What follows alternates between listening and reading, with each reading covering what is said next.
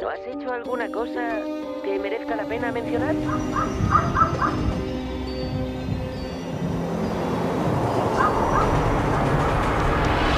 Is this the real life? ¡Rápido, rápido! ¡Aléjense, aléjense! ¡Va a explotar! ¡Vamos, vamos!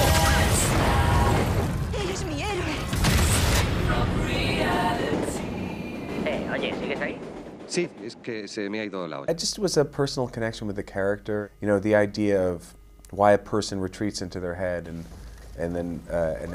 how you become who you are. The journey that Walter takes and the taking a chance and having to face his fears and go out into the world and kind of become the person he always wanted to be.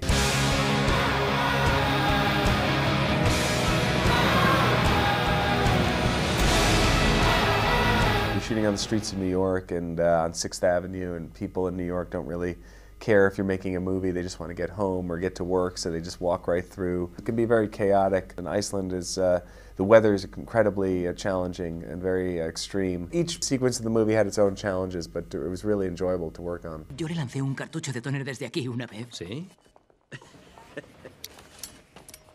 Tocado. Telling the story was to really start out in the world that Walter lives in that doesn't have a lot of creativity in it and is devoid of color. As the character grows and he goes out into the world and takes chances, the film becomes more colorful and looser. You know, that was always part of, for me, telling the story, was the visual aspect of the story, because Walter is a guy who cares about images. He spent his whole life looking at images. So as he goes out into the world, you know, these images were very important for me to make them as beautiful as possible. ¿Cómo entró en Afganistán? Por Yemen. Un lugar violento. El avión me costó $84.